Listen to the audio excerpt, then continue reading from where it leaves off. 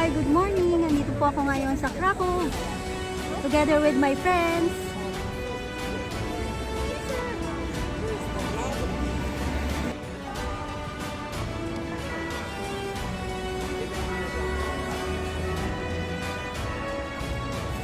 Ay, video pala yan.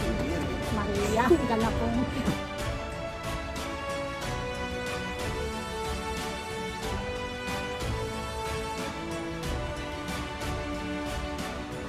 Diretso lang ha. Mga bakasyonista.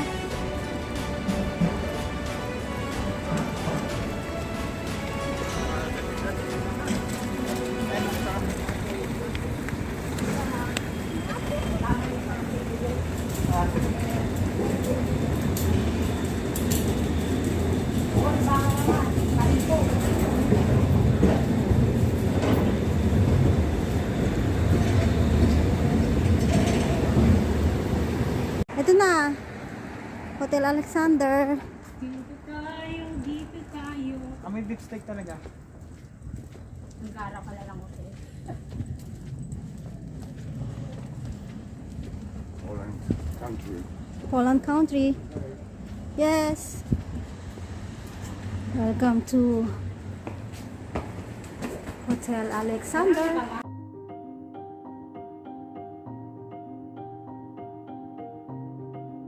Dzień dobry.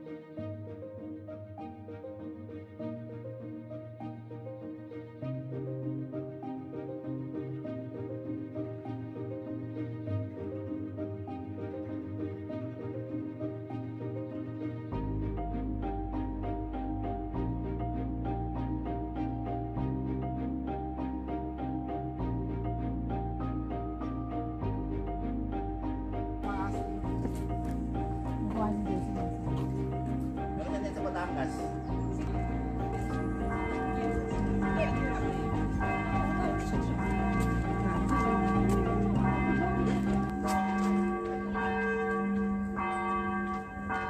Mamadali na si Jason na pauwi na. Bulsa mo dyan. Kaya na sila ako. Hindi pa nakakalimot.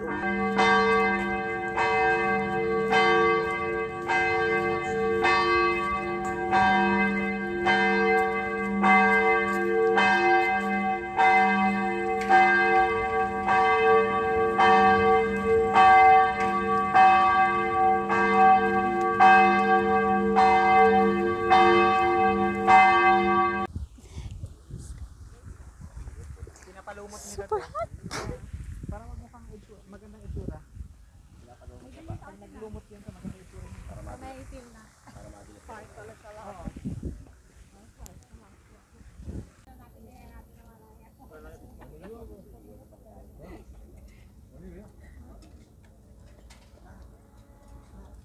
Yung cook nila meron. Ano? Yung cook nila meron. Ebe ko. 4 mahigit na sa atin. Yung dyan. Hindi yung ice cream magkano. 18.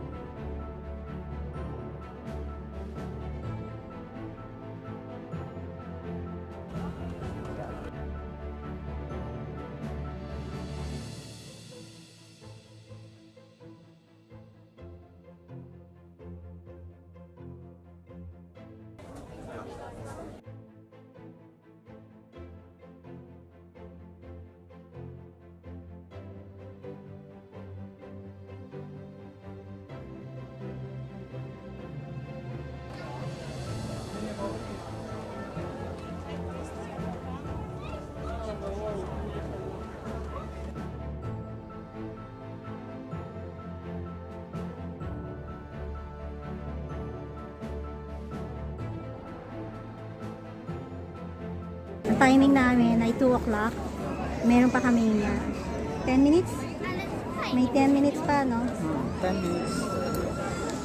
About the ticket. Yes. Mine sold ticket.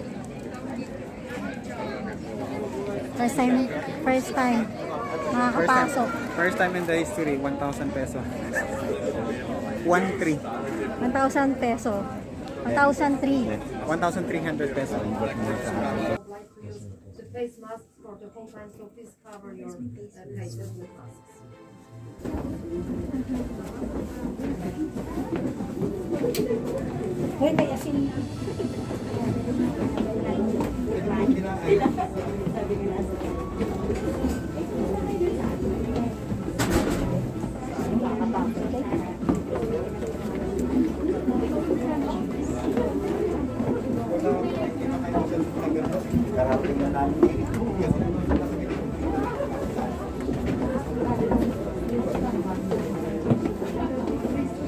Oh my God, ang lalim.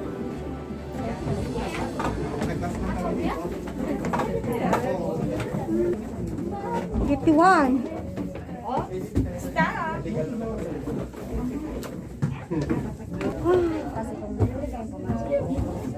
Kami sa level 51. Level 51. Ate, hi. Hi to your husband. Your husband is so quiet. Sasnay mo, ano, from ano? From, si ate ay galing sa Switzerland. Nagtutour dito sa Poland, Krakow.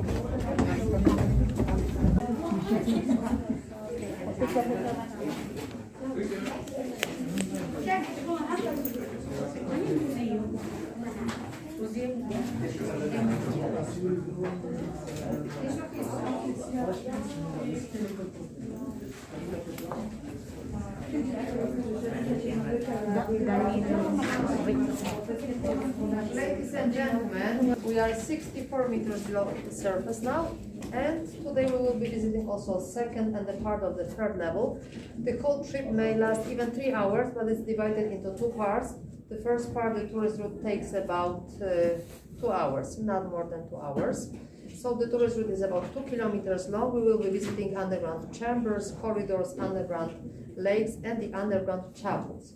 We have to take care of the safety rules, so we will be visiting the mine all together as a one group. Please don't stay behind, it's easy to get lost here. In the mine we can't smoke and use open fire because it's completely forbidden. Please don't touch any salty figures, bas reliefs, electric cables, other miners' devices. It's also forbidden. You can take the photos for the full time, you don't have to buy any permission for photos. Once more, I have to tell you about the safety rules which are connected with the pandemic. So we have in some chambers. If you have any question, don't hesitate to as I try to answer you. Are you ready to start the trip now? Yes. Okay. Ladies and gentlemen, let's go this way. So, ang lamig. Hindi lang natin ang picture.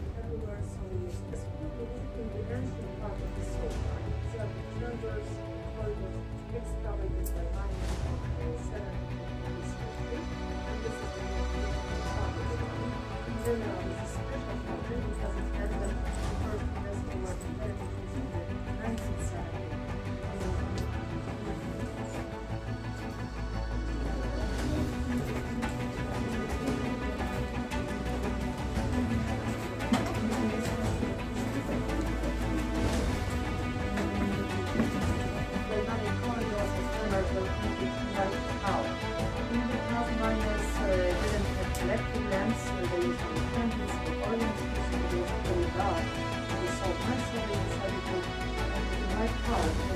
lighter one it was painted white, but also this paint protecting fires and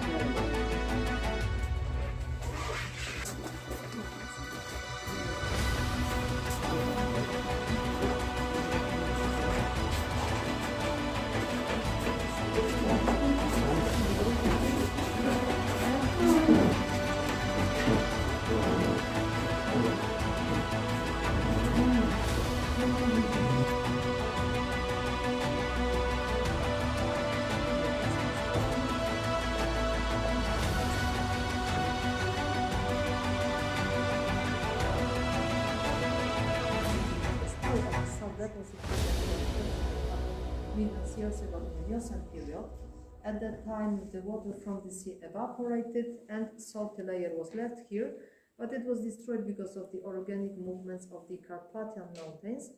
They pushed the salty layer to the north and they crushed the salty layer. Salt was mixed with other rocks. Nowadays, there are two different parts of the same salt deposit.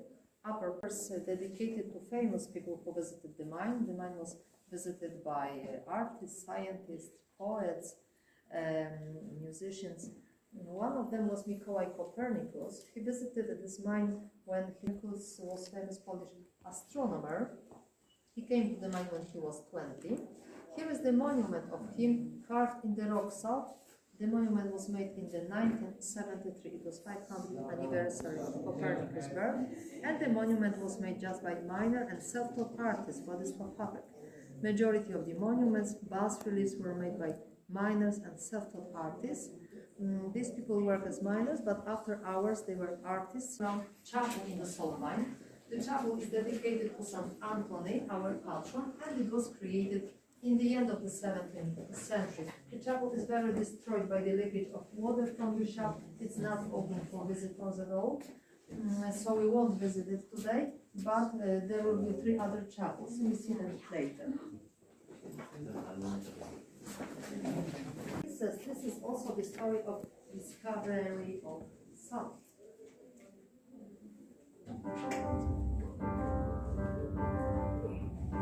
How can I take it with me to Poland? I thought while looking at a salt mine that my father gave me as a wedding gift. I left my homeland for Krakow, where I was to marry Prince Bolesław. My father, the King of Hungary, wanted to give me gold and jewels, but I asked him for salt. They have no salt in Poland, I explained to my father, and thus I was given an entire salt mine and a dozen miners. What was I supposed to do with the gift? Suddenly, a strange thought occurred to me. I came to the mine shaft, took off my engagement ring, and threw it into the mine. When we arrived to Poland, I asked the miners to look for salt. They came back a few days later. The oldest of them approached me. He held a small lump of salt in one hand and my engagement ring in the other. Tell you a true story. Before we leave this chamber, please look at these beautiful stalactites. They are in the left corner of the chamber. Miners call them macaroni spaghetti, and they grow about 5 centimeters per month. These are forms of the secondary crystallization.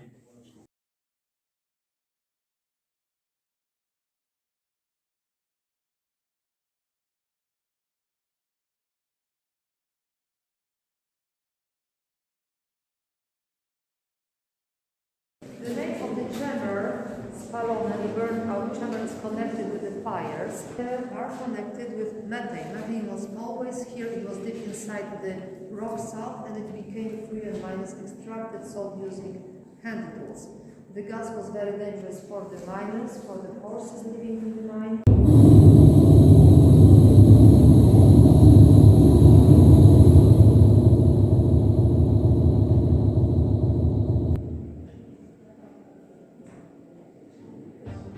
Ladies and gentlemen, all of